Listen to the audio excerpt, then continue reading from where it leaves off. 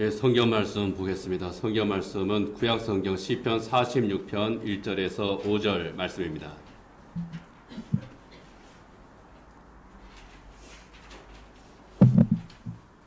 예, 시편 46편 1절에서 5절 말씀. 예, 다 함께 읽겠습니다. 하나님께서 주신 말씀입니다. 하나님은 우리의 피난처시요 힘이시니 환난 중에 만날 큰 도움이시라. 그러므로 땅이 변하든지 산이 흔들려 바다 가운데 빠지든지 바닷물이 솟아나고 뛰놀든지 그것이 넘침으로 산이 흔들릴지라도 우리는 두려워하지 아니하리로다. 한 시내가 있어 나뉘어 흘러 하나님의 성 곧 지존하신 이의 성소를 기쁘게 하도다. 하나님이 그 성 중에 계심에 성이 흔들리지 아니할 것이라. 새벽에 하나님이 도우시리로다. 아멘. 아멘. 예, 앞에 글씨 잘 보입니까? 찬양할 때도 잘 보이고요. 참 감사합니다. 예, 오늘 찬양할 때 우리 전도사님의 깜찍한 율동, 예, 아름다웠습니다. 예, 우리 성수교 역사상 가장 율동을 잘한 남성으로 예, 제가 인정합니다. 예. 성수교에 45년에 제가 산 증인이거든요. 예. 잘했습니다. 예, 우리 다른 성도님들도, 뭐라 그래야 되나요? 아주 신선한 충격을 받으셨을 것 같아요. 그러면서도, 저도 여기서 제가 참 몸치거든요. 근데 따라하면서 괜히 이렇게 즐거워지고, 여기 뭐 엔돌핀이 돈다 그러나요? 예, 영적 엔돌핀도 돌고 참 감사했습니다. 자주 합시다. 예, 그리고 예배 순서 시작할 때 약간 이제 헷갈리셨죠? 저도 헷갈렸습니다. 오늘 아침에 갑자기 우리 전사님이 찬양하라 내용이나 이거를 저보고 하라고 그래가지고 예, 알겠다고 했는데 어떻게 해야 될지 저도 조금 약간 어색했는데 이렇게 하면 될 것 같아요.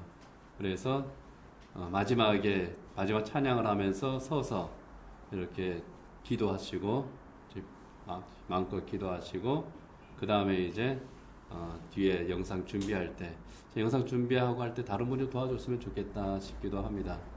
그동안에 또 이제 찬양 반주하면서 묵상으로 기도하시고 우리 제가 나와서 찬양하라 내용을 부르고 그 다음에 이제 예배 축복 인사하고 그 다음에 묵상 기도와 신앙 고백 그 후에 자리에 앉아서 찬송하고 그렇게 시작하면 될 것 같아요.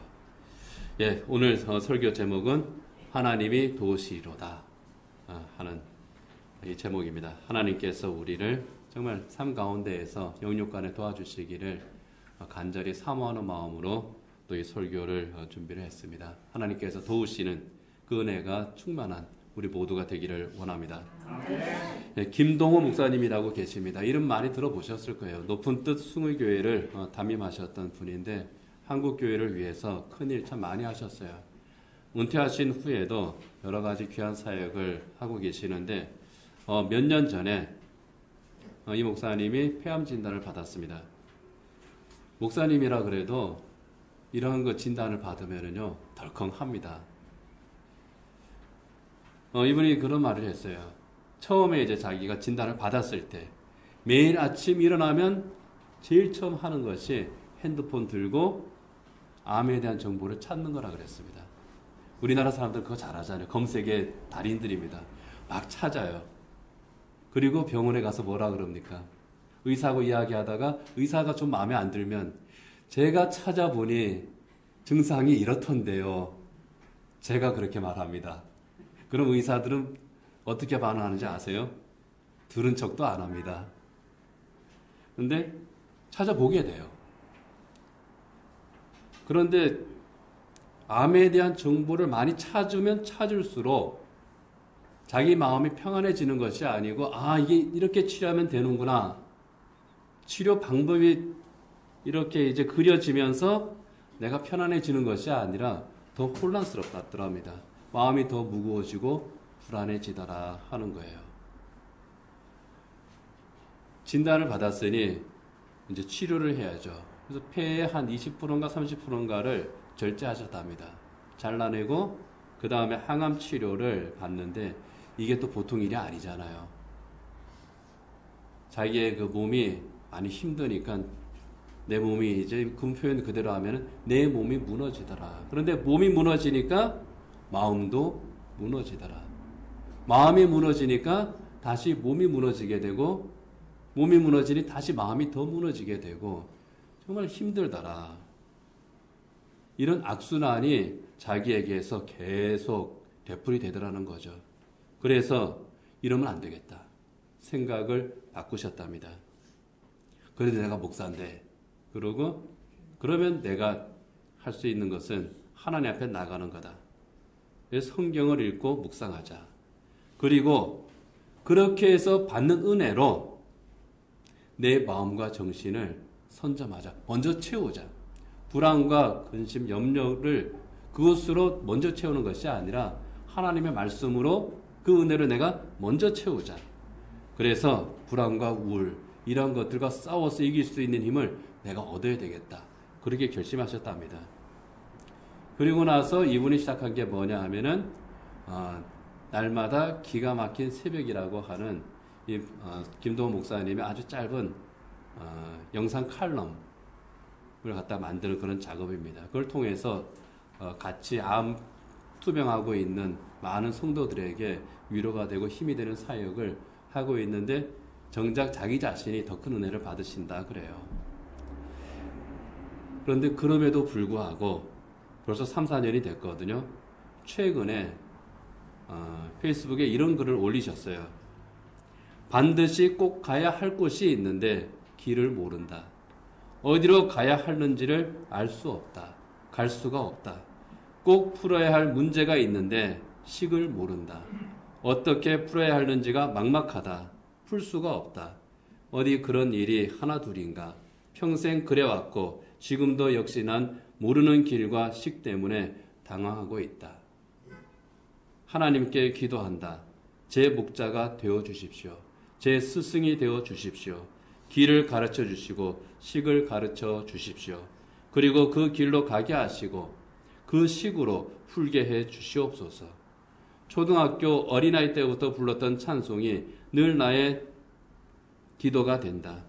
나는 갈 길 모르니 주여 인도하소서. 아무것도 모르니 주여 가르치소서. 아이같이 어리니 주여 도와주소서. 마음심이 슬프니 주여 위로하소서. 오늘 새벽에도 하나님께 매달려 기도한다. 그리고 믿고 잔다.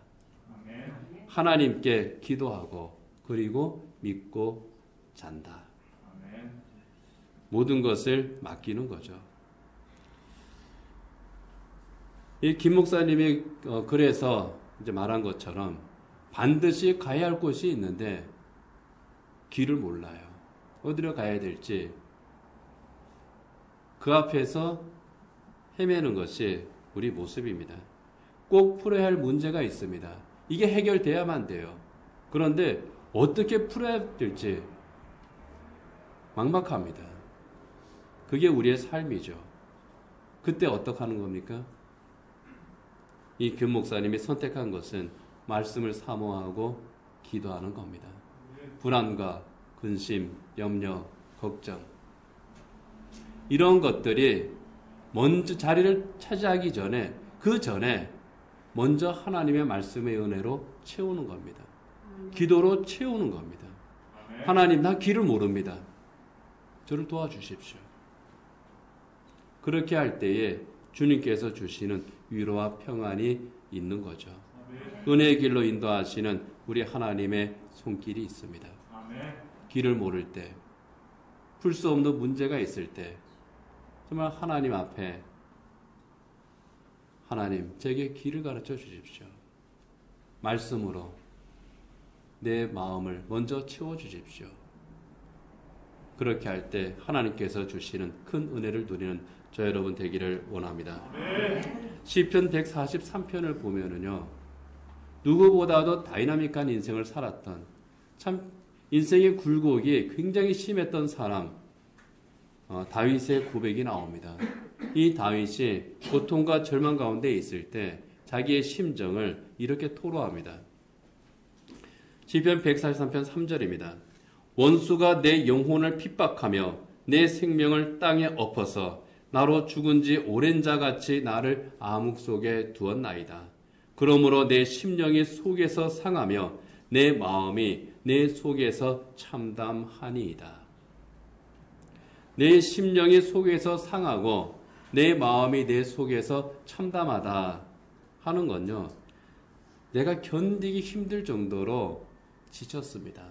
나는 지금 무너지고 있습니다. 탈진했습니다. 그런 뜻입니다. 내 마음이 견디기 힘듭니다. 내 영혼이 지금이라도 넘어질 것 같아요. 나는 갈 길을 모릅니다. 인생이 무너질 그런 위기죠. 이 위기 앞에서 다윗이 저는 이렇게 극복했습니다 하고 고백을 하는 겁니다. 시편 143편 1절입니다. 여호와여 내 기도를 들으시며 내 간구의 귀를 기울이시고 주의 진실과 의로 내게 응답하소서. 또 10절입니다. 주는 나의 하나님이시니 나를 가르쳐 주의 뜻을 행하게 하소서. 주의 영은 선하시니 나를 공평한 땅에 인도하소서. 김도호 목사님이 택했던 방법과 다윗의 이 고백 어떻습니까? 서로 통하죠. 다윗의 이 시편을 보고 김도호 목사님이 그런 생각을 한 것인지는 모르겠습니다. 그렇지만 놀랍도록 일치합니다. 위기에 있을 때 믿음의 사람들이 택하는 최선의 방법이 바로 여기에 있기 때문에 일치하지 않았나 싶습니다. 내가 내 눈을 들어서 하나님을 향하고 말씀을 사모하며 기도할 때 하나님께서 나를 도우신다 하는 겁니다. 오늘 시편 46편이 바로 그런 신앙 고백입니다. 오늘 본문 1절에서 이렇게 말씀하죠. 하나님은 우리의 피난처시오 힘이시니 환난 중에 만날 큰 도움이시라. 나의 피난처시다. 하나님이 내 피난처시라고 하는 건 뭡니까? 나의 가장 큰 도움이시라는 거예요. 내가 피할 수 있는 곳. 우리가 어려움을 당했을 때에 찾아갈 수 있는 대상이 있는 사람과 그것이 없는 사람의 차이는 참 큽니다. 힘든 일이 있을 때에 내가 누군가에게 가서 말할 수 있는 사람과 아무도 말할 대상이 없는 사람의 차이는 정말 커요. 사람이 참 강한 것 같지만은 내가 의지할 대상이 없을 때 쉽게 무너지는 것이 사람이거든요. 그래서 곁에 있는 사람이 중요합니다. 곁에서 위로해주고 격려해주고 들어주고 받아주고 그런 가족이 있는 사람들 또 그런 친구가 있는 사람들 하나님께서 주시는 큰 복을 받은 겁니다. 그런데 그 한계가 있어요. 아무리 좋아하는 사이, 친구이고 아무리 사랑하는 가족이라도 똑같은 이야기를 계속하면 어떻게 합니까? 시끄러! 그러죠. 아이 됐어! 맨날 똑같은 말만 해. 그런데 그게 싫어서가 그러는 게 아니잖아요. 그 심정을 이해를 하는데 자기도 안타까워서 그렇게 하는 경우가 많습니다. 그럼에도 불구하고 시끄러워 그러면 이제 어떻습니까? 섭섭해요. 화가 납니다. 가족이나 친한 친구도 그런데 하물며 다른 사람들은 어떻겠습니까? 한계가 있어요. 그런데 하나님은 어떻습니까? 그게 없다는 거예요. 무한 피난처. 그런 뜻입니다. 일시적인 피난처이거나 어느 정도 제한된 피난처가 아니라 무한 피난처. 하나님이 힘이시라고 하는 것은 또 뭡니까? 무한한 능력이시라는 거예요. 그래서 환난 중에 만날 큰 도움. 그래서 우리가 하나님을 바라보는 겁니다. 그런데 환난 중에 만난다고 하는 것은요. 환난 중에 정말 기가 막힌 타이밍에 찾아와서 결정적으로 도우시는 분이다. 그런 뜻입니다. 어떤 그 대화에도 기술이 있다고 그러죠. 위로할 때에도 기술이 필요합니다. 격려할 때도 기술이 필요해요. 내가 격려한답시고 아주 좋은 말을 다 하지만 때가 맞을 때 해야 됩니다.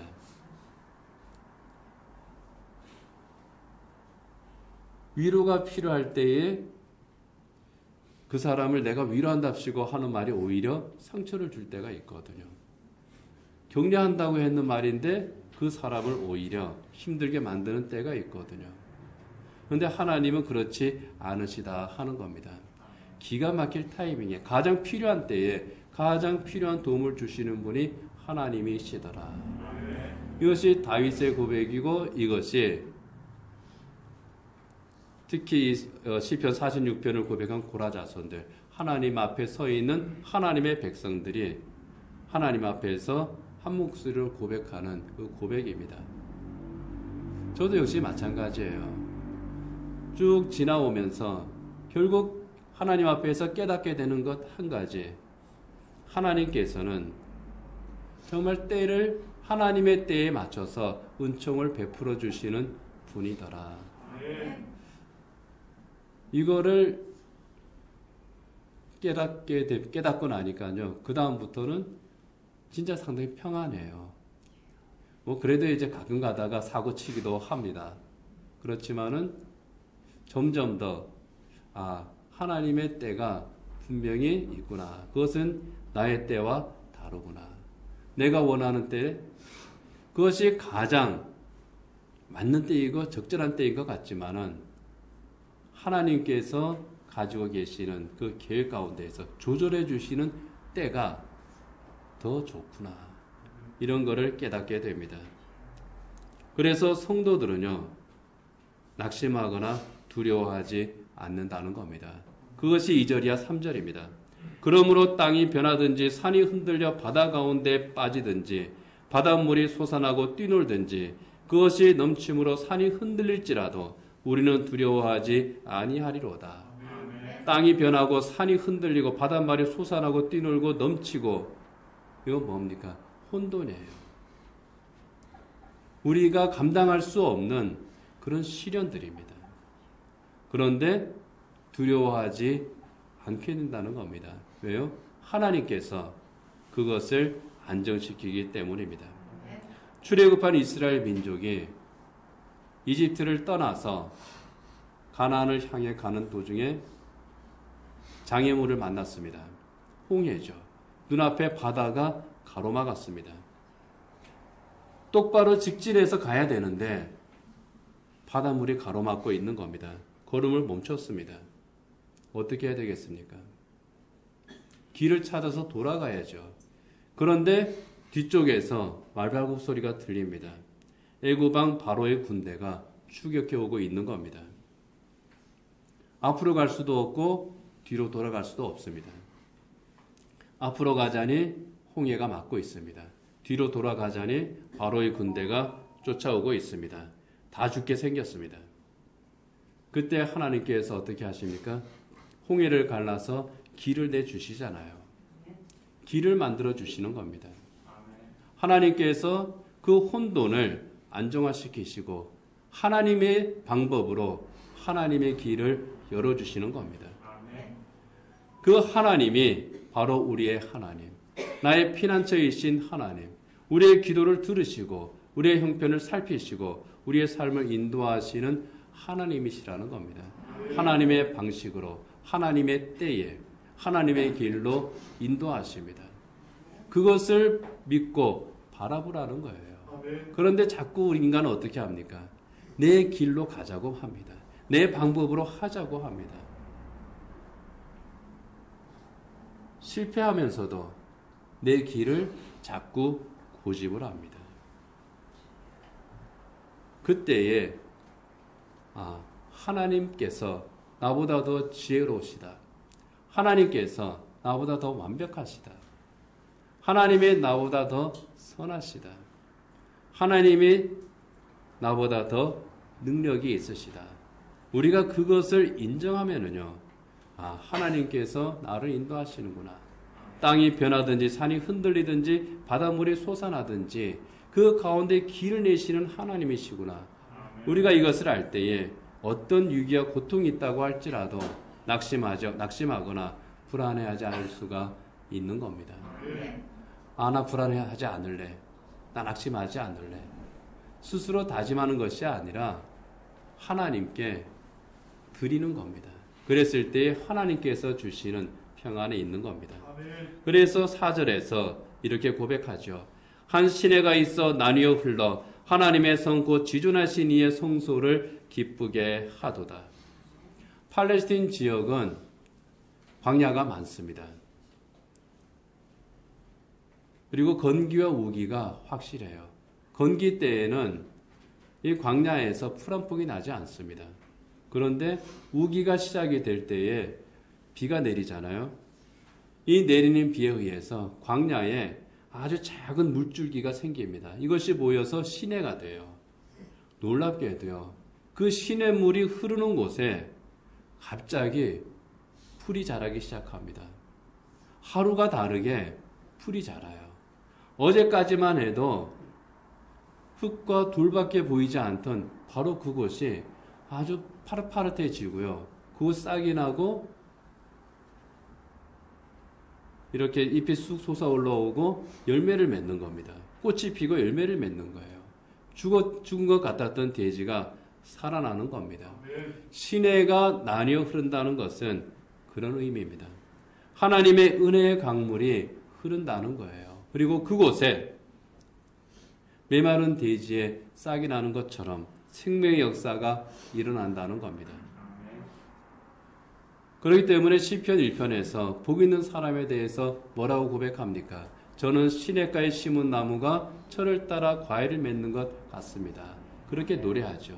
시편 23편에서는 나의 목자이신 하나님, 그 하나님께서 어떻게 하십니까? 나를 푸른 풀밭에 눕게 하시고 쉴 만한 물가로 인도하십니다. 그렇게 고백하지 않습니까? 은혜의 물가로 인도하시는 우리 주님이시라는 겁니다. 요한복음 7장에 보면은 예수님께서도 예수님을 믿는 자, 그 배에서 생수의 강이 흘러넘친다고 말씀하지 않으십니까? 나를 믿는 자는 성경의 이름과 같이 그 배에서 생수의 강이 흘러나오리라. 이 생수의 강이 바로 시내입니다. 이 생수의 강이 바로 생명수의 강입니다. 내 영혼을 구원하고 내 삶을 하나님의 언약으로, 하나님의 언약 백성으로 복되게 만드시는 정말 그 은혜의 강물입니다. 그 은혜의 강물이 우리를 소생하게 하는 거예요. 우리를 소생하게 할 때 우리의 영혼을 회복시키시고 우리의 마음을 회복시키시고 우리의 삶을 회복시키시는 겁니다. 지존하신 이 하나님이시죠. 지존하신 이의 성소는 예루살렘 성전입니다. 예루살렘 성전 어떤 곳입니까? 하나님께서 임재하시겠다고 약속하신 곳입니다. 내가 그곳에 거하겠다고 약속하신 곳이에요. 내가 그곳에 임재할 것이고 그리고 내가 그곳에서 내 백성을 만나겠다. 내 백성을 만나서 내 백성의 예배를 받고 내 백성에 내가 은혜를 베풀겠다. 그들이 내게 하는 기도를 내가 듣고 내가 그곳에서 응답하겠다. 그것이 바로 성소예요. 그것이 성전이에요. 오늘날로 말하면은 바로 교회입니다. 교회가 그런 곳이에요. 하나님의 은혜를 사모하는 교회. 그 교회에 하나님께서 함께 하시는 겁니다. 하나님께서 이 교회 공동체에 임재하실 때 정말 하나님의 은혜를 사모하는 마음으로 그 생수를 사모하는 마음으로 성도들이 모여 있을 때에 그곳을 초대교회와 같은 성령 충만의 역사가 일어나는 교회로 하나님께서 만드시는 겁니다. 성도들이 한 마음이 되었을 때에 참으로 성도들이 한 마음이 되어서 주님의 교회를 사랑할 때에 그리고 하나님께서 맡기신 사명에 기쁨으로 우리가 헌신할 때 하나님께서 주시는 은혜의 강물 그리고 구원의 강물이 이 교회로부터 흘러나갈 줄 믿습니다. 우리 교회가 이곳으로 이전하는 과정에서 저는 참 감사한 것이요. 물론 주보 1페이지에도 그것에 대해서 간략하게 제 간증 삼아 기록 삼아서 남겼지만은 정말 감사한 것이 이런 일이 있을 때마다 우리 교회는 참 좋은 교회다. 그냥 다른 수식어가 필요 없어요. 그냥 좋은 교회.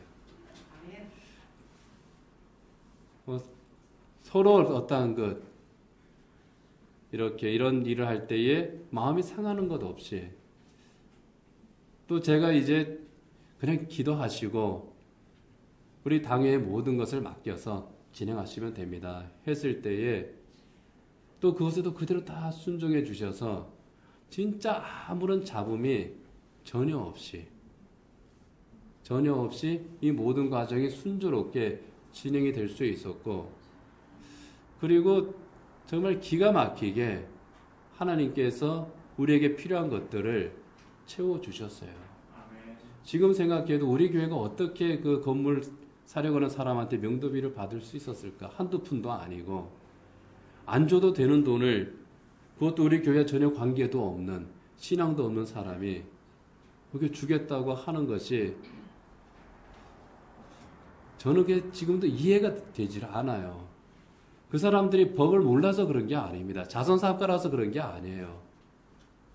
근데 우리가 달라 그런 게 아닌데 자기들이 주겠다고 그랬거든요. 이건 하나님께서 역사하신 것으로 밖에는 저는 전혀 설명할 도리가 없어요.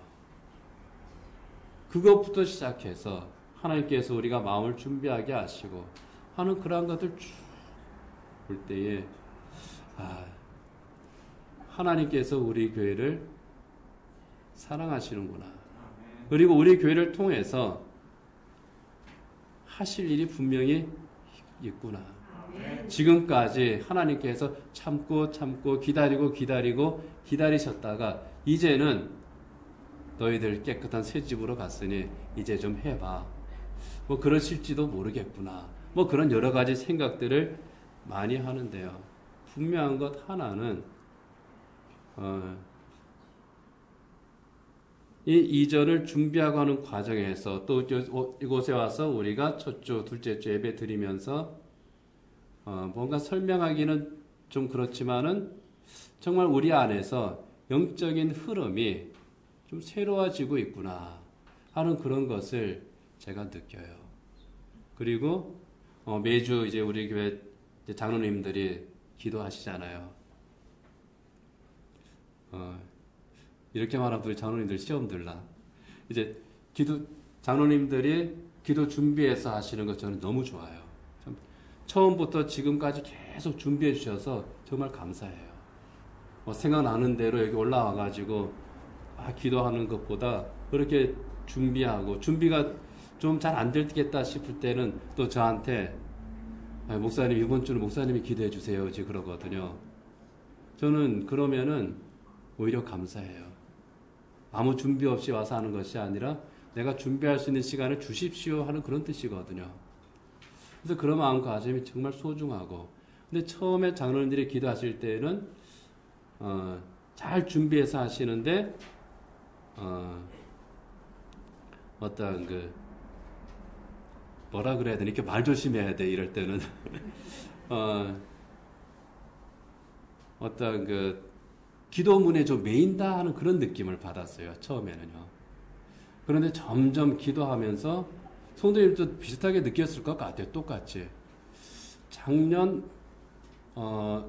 이맘때쯤부터 어떤 영적인 것이 느껴지기 시작했어요. 그래서 기도할 때 어떤 영적인 감동이 생기게 되고 최근에는 그래서 장로님들이 기도할 때 제가 은혜를 참 많이 받아요.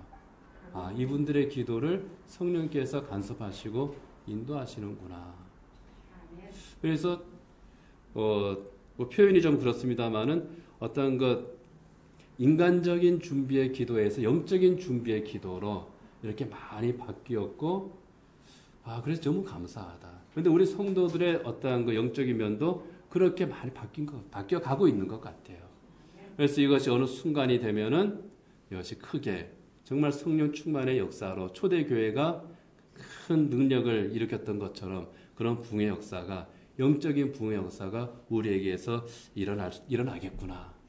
그런 생각을 하게 됩니다. 예, 제가 말 상당히 조심해서 잘했죠. 그런 것 같아요. 예, 그래서 너무너무 감사해요, 저는요. 성전은 교회를 의미하기도 하지만요. 우리 성도 개개인 자신을 또 의미하기도 합니다. 고린도전서 6장 19절에 20절에 보면은 이런 말씀을 하죠.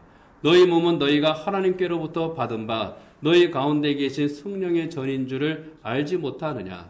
너희는 너희 자신의 것이 아니라 값으로 산 것이 되었으니 그런즉 너희 몸으로 하나님께 영광을 돌리라. 성령의 전, 성전이에요. 하나님께서 계시는 집이 성전이잖아요.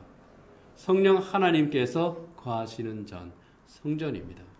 우리 몸이 성전이라고 하는 것은 하나님께서 이미 우리 안에 계시고 우리 안에 계시기 때문에 성전에서 이루어지는 하나님과의 거룩한 교제가 내 안에서 이루어진다는 겁니다. 그래서 시편 기자가 이렇게 고백하죠. 5절에서 이렇게 고백합니다. 하나님이 그 성중에 계심에 성이 흔들리지 아니할 것이라. 새벽에 하나님이 도우시리로다. 여기에 그 성이 어디입니까? 예루살렘 성입니다. 예루살렘 성전이 있는 예루살렘 성. 마치 성령의 전이 있는 우리 몸과 같은 겁니다.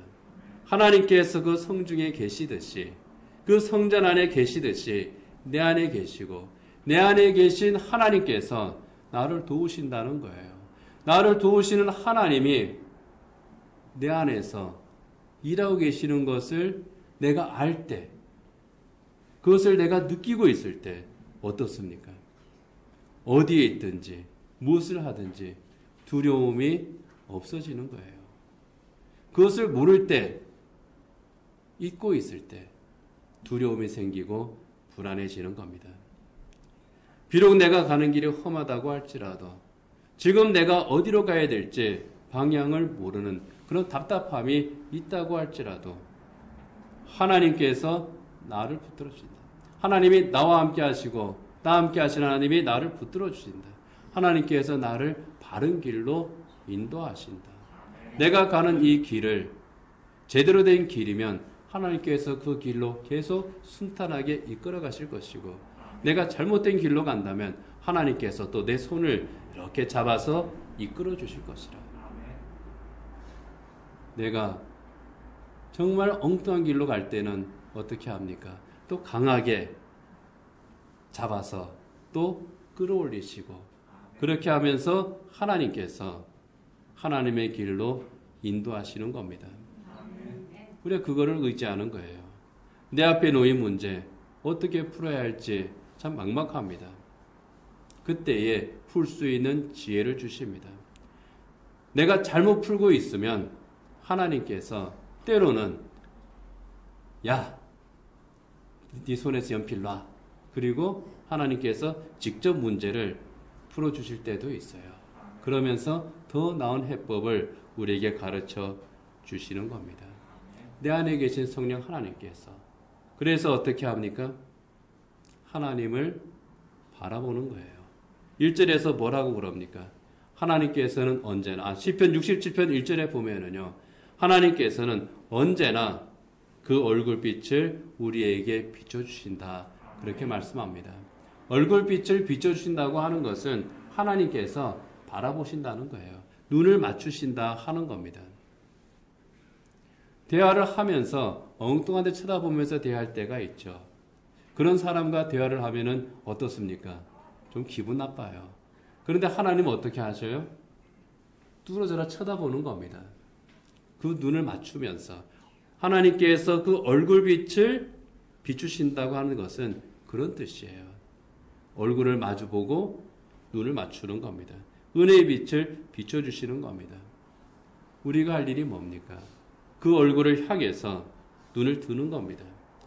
나를 향해서 얼굴 비추시는 하나님을 바라보는 거예요. 하늘을, 우리의 얼굴을 들어서 하늘을 보면서 하나님, 저를 지금 보고 계시죠?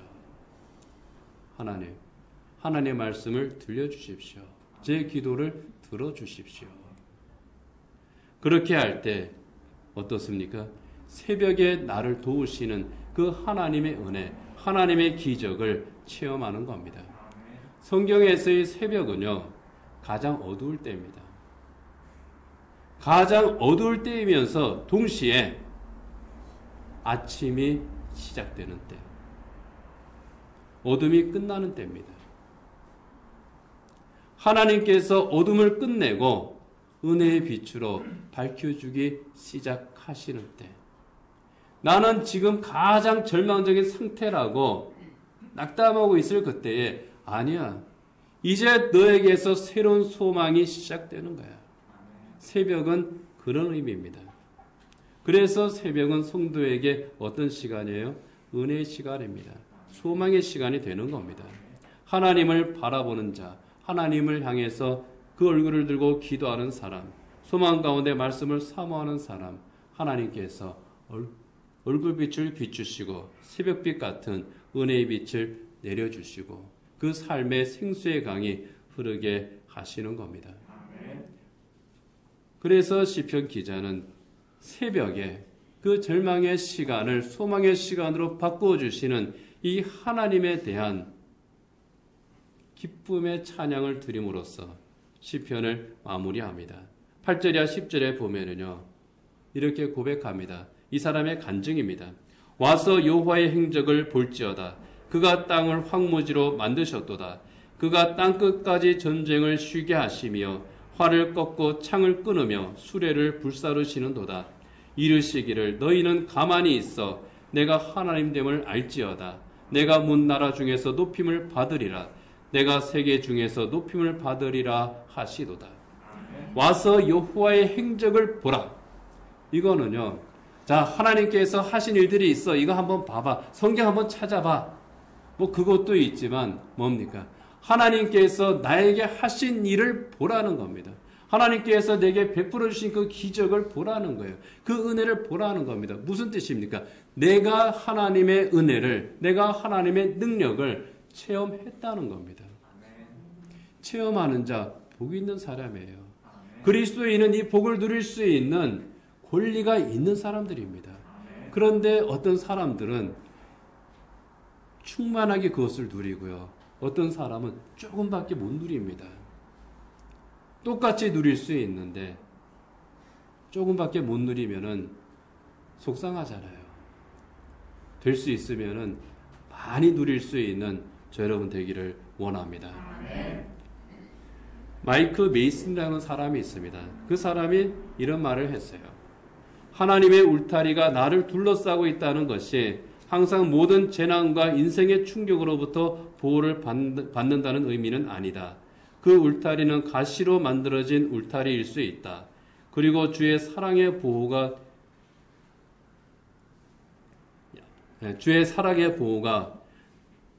제가 조금 잘못한 것 같네요. 사랑의 보호가 되는 때는 재앙의 한가운데로 투입되는 경우도 있으며 갈보리 언덕까지 십자가를 지고 가라는 요구일 때도 있다. 우리의 상황이 어떠하든 우리가 몸을 가장 안전한 곳은 주님의 뜻 아니다. 비록 못에 박혀 피를 흘리는 손바닥의 형상이더라도 주님의 손은 우리의 가장 안전한 장소다. 십자가의 주님의 손이 나의 가장 안전한 장소다. 하나님이 나의 피난처이시다. 같은 맥락입니다. 하나님의 울타리 안에서 믿음으로 하나님께서 하시는 일을 바라볼 때 우리를 위해서 일하시는 그 하나님의 능력, 그 하나님의 일을 우리가 체험할 수 있는 겁니다. 그래서 잠언 18장 10절에 보면은 이렇게 고백합니다. 여호와의 이름은 견고한 망대라. 의인은 그리로 달려가서 안전함을 얻느니라. 위기가 닥쳤을 때에, 힘든 일이 있을 때에, 풀 수 없는 문제가 있을 때, 내가 길을 잃었을 때 어떻게 합니까? 그리로 달려가서 안전함을 얻느니라. 이 세상에서는 우리가 갈 길을 모르고 내가 어떻게 해야 될지 헤맬 때가 있습니다. 선택을 주저할 때가 있습니다. 문제를 못 풀 때가 있습니다. 그러나 그럼에도 불구하고 성도들에게 가장 분명한 길 하나는 하나님께서 열어두셨어요. 결코 잃어버릴 수 없는 길입니다. 결코 못 풀 문제가 아닌 그 문제입니다. 뭡니까? 하나님 앞에 나아가는 거예요. 하나님 앞에 나아가는 길은 누구라도 찾을 수 있는 길입니다. 가장 간단하면서 가장 확실한 길. 하나님께서는 그 길을 어떻게 열어두셨습니까? 얼굴 들어. 요거 하나입니다. 얼굴 들어서 나를 좀 봐. 그러면 내 얼굴빛이 너를 향하고 있는 것을 알 거야. 귀를 열어. 그러면 내가 말하는 것을 들을 수 있을 거야. 하나님이 가장 안전하죠. 하나님만이 최고의 해결사이신 거죠. 우리가 살아가면서 길을 헤매게 될 때가 있습니다. 누구나 그렇습니다. 저도 마찬가지입니다. 우리에게 풀 수 없는 문제가 딱 닥칠 때가 있습니다. 누구라도 마찬가지입니다. 지난 한 주간 동안 그 문제 때문에 끙끙대며 오신 분도 있을 것이고 또 다음 주에 더 큰 문제 때문에 힘들어하시는 분도 있을 겁니다. 그럴 때에 하나님께 한번 달려가 보시기 바랍니다. 언제나 나와 함께 계신 하나님, 그 얼굴빛을 우리를 향하시는 그 하나님을 한 번 더 우리 바라봅시다. 그리고 하나님의 말씀을 들어봅시다. 김동호 목사님이 고백한 것처럼 내 근심과 염려와 불안 이러한 것이 들어오기 전에 먼저 하나님의 말씀으로 채우고 소망으로 채우고 그것들을 먼저 쳐다보기 전에 하나님의 얼굴을 쳐다볼 때에 하나님께서 우리에게 주시는 정말 은혜의 강물, 생수의 강이 우리에게 흘러 넘쳐서 우리를 소생시키시는 하나님의 복, 저 여러분 모두가 누리는 그런 은혜를 하나님께서 우리에게 넉넉히 주시기를 주님의 이름으로 축복합니다. 기도하겠습니다.